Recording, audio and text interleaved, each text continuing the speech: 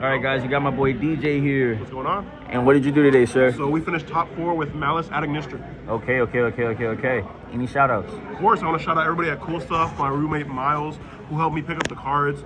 You know, it was so crazy. We actually bought 3 boxes of the Allen set last night, and all 3 of them had a QCR. Oh, and one of the QCRs that were pulled was the Allied code. So I was super happy. It was like, yeah, man. And I knew it was missing 1 Marcher, and in the box was the last Marcher we needed. That's crazy. It was faded. I had to play the deck.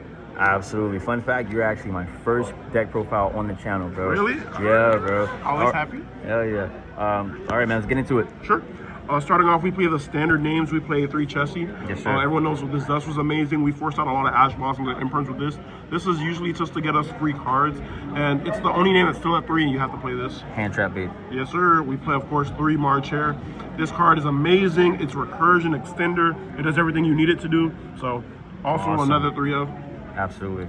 We play, of course, this. We play the White Rabbit at 2. It's at 2. It's what you have to. Play the maximum copies. Of course, you know, you maximize on your Maliss names to get to your traps. Nothing more needs to be said. And of course, the best normal summon in the game.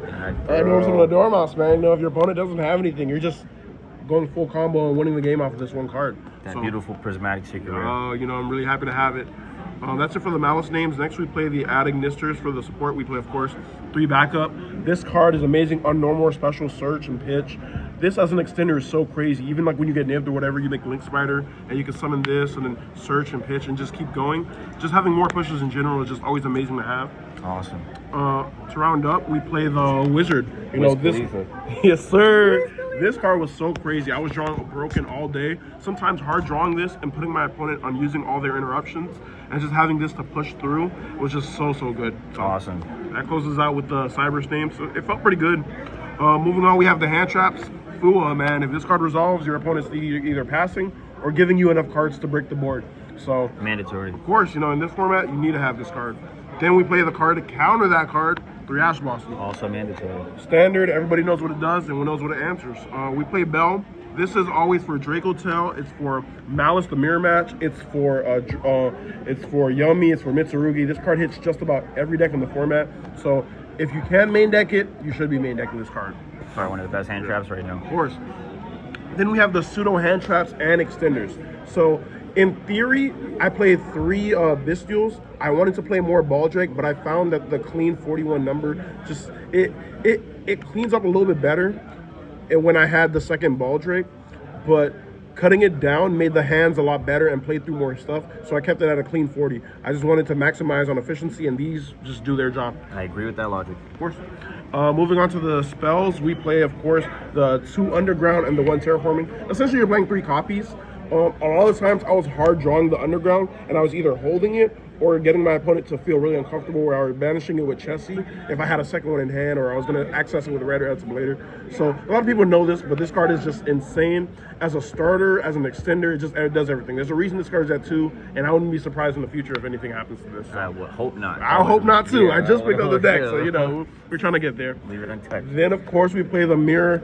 Honestly, like, sometimes when you have access to the field span, you're searching this as an additional interruption. It felt good. Even going second, like randomly blind game 1, and you open this card, you can break through so many like layers of interruption because your opponent is just not expecting you to have this. You start playing normally, they try to dodge their interactions like into Draco Tail.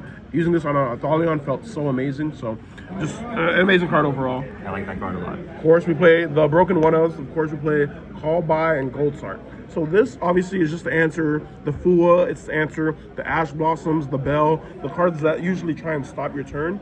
And as a Broken One-Of, you always want to see it. If you see it, you're usually winning the game. Yes. Gold Sark is your starter, your extender. It's technically your just 4th copy of the Maliss Field Spell. I agree. This card is just so amazing. You can't believe this card is evenly at 1. That is a great card. Rounding up, I play, of course, all 3 traps. I think this is correct. Yes, most people are usually cutting the TB11 and playing these 2. I think a lot of the times to have a grind game in this game state right now in this meta where everybody's on like 45 hand traps, you need to have sometimes a hard drawn trap card to be able to play through more stuff. And just having access to TB11 in your deck lets you play a longer game. And most people aren't expecting you to be able to combo through lines with this. They're expecting you to play without it. and are trying to hand trap you at different points, having this available to you is super important. Usually going second, I side this out obviously, but keeping this in going first felt really amazing, so I can't complain about having all three. Awesome sauce. Rounding out the traps, we just play, the best hand traps we can. We played 3 Impulse and 3 Imperm. A lot of people were questioning why I was playing Imperm, why not, have a main deck shifter or something else here. In theory, I wanted another trap card to make Impulse's second effect live, and I felt that this card into the Dracotail matchup felt really, really good because Veiler's not a real card. We're not going to try and force that out. And Imperm going first or second trades better into most boards. So I can Imperm the Arthalion if I'm scared of them getting back too much advantage. And having this as drawing as your 6th card never feels bad. You can answer cards in the board in draw phase or whatever. If they're trying to go synchro off, this can turn off a Herald or just force the trade for a Herald. I think just having good 1-for-1s or cards that give you an additional advantage or aren't bad to draw, especially because you're going to draw additional cards off of your chessie, is really important. And your white binder giving you this as an additional draw, as an additional card to set for more interruption, just felt really good. Absolutely. So that was a clean 40 on the main deck. Awesome. I love it. I love 40 cards.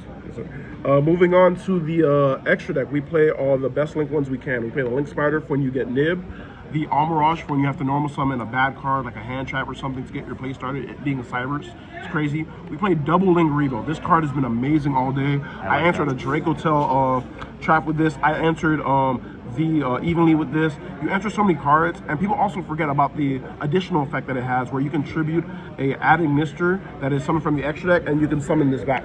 So people are like, oh, you've already went through 1 or 2 of them. There's no way you're getting this back. This Evenly is going to put in the work, but no, you can get this back. You get rid of your Link adding Mister, and you put people in a really bad game state. That rounds up our Link 1s. Into the Link 2s, we played, of course, Hazard. This is just your way to bridge into a free Link 3. I decided to play something different and play an IP. This was more of a flex spot, but I felt that a lot of the times, if I was comboing off anyway, most of the time your full board is going to be an answer. But especially for Yummy, hitting a normal without having to commit, for example, your other cards like your Cryptor or your MTP07 was good. So I wanted to make IP to turn into an SP. If you didn't already have to use your SP for your bridge, having an IP on your opponent's turn is just one more layer they have to fight through. For our other Link 2s, we play, of course, the Wicked. This card's insane. Sometimes this card is just the towers, really. Like, I've used this to, like, pass a turn where because it was calling, it was just crazy. And then beginning your searches, obviously going is insane. Everybody's familiar with SP, you have to play this card, especially even more in this deck because you can banish your own cards and get your additional effects on it. Most people are familiar. Then, of course, we play the Dark. Taking our opponent's cards and linking off just to, like, get more additional bodies is super important also, and climbing and also killing our opponent. That rounds up our Link 2s. Then we go into, of course, the best cards in the deck. Play our Link 3s. These are the cards that are mandatory. In a perfect world, low-key, a second white binder would be insane, but we won't do that. These just perform amazing. Cryptor is an insane card. Just non-target banishing, coming back being 5,000. It's just, these cards are amazing. Everybody's familiar, but I can't stress it enough how much I enjoy these cards and how fun they are really to play with. If you haven't given the deck a chance yourself for some reason, you should really give it a chance. Rounding out, we have the Link 4s where we play the Firewall. Most people are starting to cut this, but I find the flex spot, especially for the combo line, is important if you have extra bodies. And then when you have to kill, obviously the access code. The additional way to just close out games or even combo off by banishing your own cards to, like, further fuel your advantage state is really important. And some people don't understand it, but sometimes I play against a lot of stun or even in testing. So there was a skill drain that I felt was, like, super impossible to out, but this can banish himself for cost, so he's going to be off field and you can still out the skill drain. So it's very important to know the lines to get through it. And closing it off, obviously you play the Allied. Pulling this card, I had to play it in this rarity, especially because I pulled it. It would motivate me to play the deck even more. I was super happy, pulling this, it was insane. So that card is just definitely insane. Beautiful, beautiful, beautiful, beautiful. That's it for the extra. Let's move on to the side. We have 2 Dark Ruler. This is a strange choice, but honestly, a lot of the times the deck had enough gas to push through most, and all you need is a card to really, like, clear up a couple interactions. Yeah. Just to stop a Herald or to fade a couple cards, and you can force through most back row as long as you have enough extenders, so this was important. I play the Shifter. I debated playing this in the main today, But honestly, I'm happy I sided it. There are matchups where it felt like it wouldn't have been as strong, especially if there was a different card. So I was happy for the matchups where I sided this in against Branded, obviously, and it completely shut down their turn. So this card, obviously, when it wins duels, it definitely wins duels. Then we play the poor man version of it. We play three-dimensional fissure. This is mostly going to be for the matchups, obviously, where you know you need it. This is going to be Draco Tail. This is sometimes into Mitsu. It puts them solo behind on advantage. They're going to get the Tribute Sun bodies back, but it cuts their recycle game down a lot. And you can play under this card yourself, so you're establishing full board and putting this up. It just sometimes auto-wins matchups, especially against Draco Tail. This is a matchup I hate the most, so we played, of course, the 3 Retaliating Sea. Anybody who's ever resolved this card can tell you this card's insane. These are just more copies of the shifter that you need to resolve, and against certain decks, once again, it's just an auto win.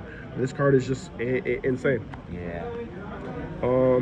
Close it out. We play 3 Droll and 3 Fantastic. Okay. Yeah, Droll was a weird flex spot, but I felt like I wanted to be prepared in case anybody was playing, you know, Mitsu matchups or Onamat. Onamat Raizio still exists for some people, so this card had a flexibility spot.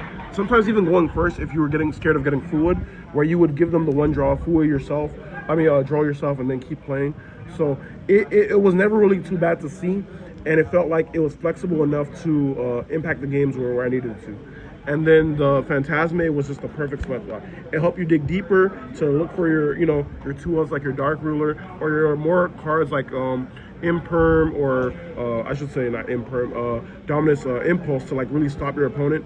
And it felt like it gave you additional body, especially in this deck, to link off with and protected your cards from being targeted. Sometimes your normal summon felt very vulnerable. So if you were scared, for example, of a Draco Tail Horn, this could protect your Draco Tail, protect you from a Draco Tail Horn, because sometimes they would have to make the seal before committing into the fusion line. So this was really important to have. Oh yeah. That rounds up the sideboard.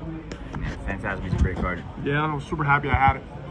Any changes you will make to the deck? Nothing really. I think maybe in the future I might want to obviously experiment with the shifter in the main, but I think the deck performed really, really well. There's nothing overall I hated. I think Imperm performed amazing. Maybe at most I'd probably try obviously fit Triple Tactics Talents in the main, because I felt like sometimes you needed more cards to push. But I played so many extenders that I didn't miss it like crazy. So I would just probably push the deck to a 41 to go to talents. That's it. Okay. All right, man. Thank you for the deck profile. Congratulations on the top. Appreciate you, man. And main phase out.